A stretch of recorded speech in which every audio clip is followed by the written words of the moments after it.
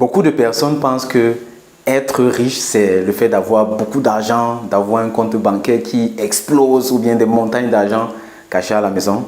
Ce n'est pourtant pas du tout le cas. Et dans cette vidéo, on en parle en détail.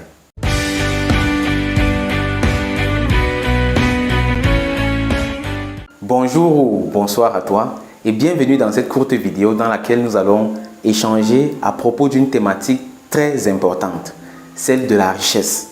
Et surtout la question, quel est l'objectif?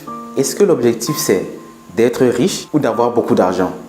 Ça peut peut-être porter à confusion, mais ce sont deux termes, deux domaines complètement différents. L'argent ou la richesse, c'est beaucoup plus des énergies que du matériel. Ce qui fait que être riche correspond à un certain état d'esprit d'entrée de jeu. Et pour illustration, prenons un simple exemple. Supposons que dans le monde entier, on prenne l'argent de tout le monde. Tous les riches, tous les pauvres, on prend l'argent physique que tout le monde a. Ensuite, on compte le nombre de personnes sur Terre, on compte la somme d'argent qu'on a pris à tout le monde et on redistribue à chacun de façon équitable, de façon égale. Donc, chaque être humain, chaque personne, chaque homme, chaque femme, chaque enfant, chacun a la même somme d'argent. Exactement la même somme d'argent. Quelque temps plus tard, l'état dans lequel on était avant la redistribution va revenir. C'est-à-dire, les mêmes riches vont redevenir les plus riches financièrement et les pauvres vont redevenir pauvres financièrement également. Et cet exemple qui est prouvé d'ailleurs explique à suffisance que la richesse, c'est un état d'esprit. Et surtout que l'argent, clair, ça a été matérialisé par des billets de banque ou par d'autres objets de valeur. Mais en réalité, ce sont des énergies qui circulent. Et pour avoir beaucoup d'argent, il faut avoir un état d'esprit, il faut avoir l'énergie qui correspond à l'énergie qui attire l'argent. Et c'est pareil dans tous les domaines de la vie. Tout commence toujours par l'intérieur.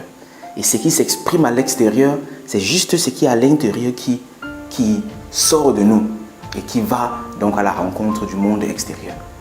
Ce qui fait que d'entrée de jeu, quand on veut parler de richesse, quand on parle d'argent, on doit d'abord penser en termes d'état d'esprit. Ayant compris cela, on se rend très vite compte que le travail qui doit être fait, ce n'est pas celui de directement chercher de l'argent, parce que ça n'existe pas en fait, mais plutôt de devenir la personne qui mérite cet argent-là, qui mérite cette richesse-là. Et ça commence ici. Il s'agit de la formation. Il faut se former à outrance dans tous les domaines.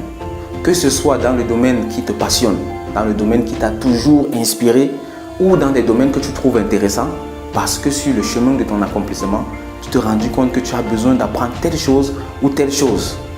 Tu dois t'y mettre et apprendre. Et cela sans cesse. Et ce n'est que comme ça que tu vas atteindre l'état d'esprit qui correspond à celui de la personne qui mérite ce que tu veux.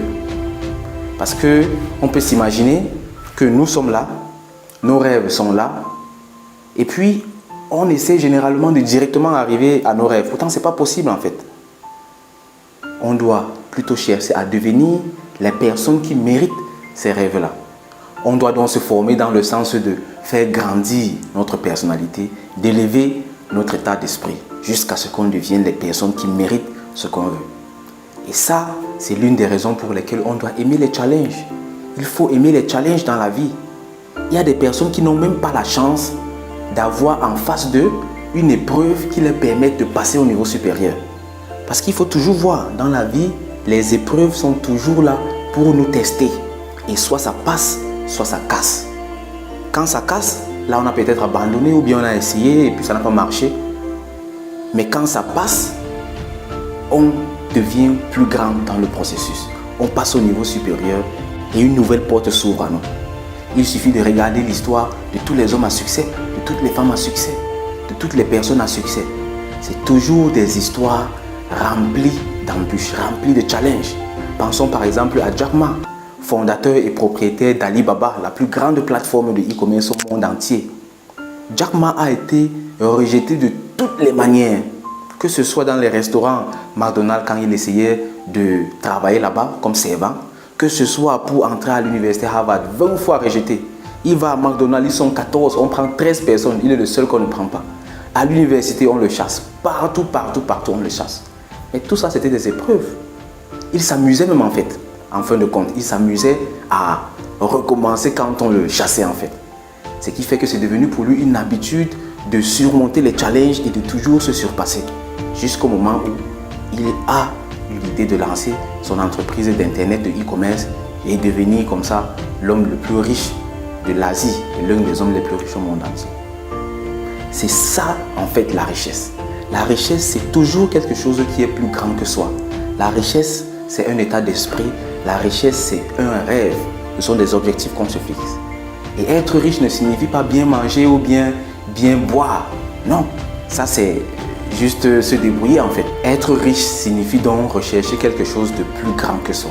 Et la meilleure façon d'être riche et de rester riche, c'est de servir les autres, de se battre pour une cause beaucoup plus grande que soi.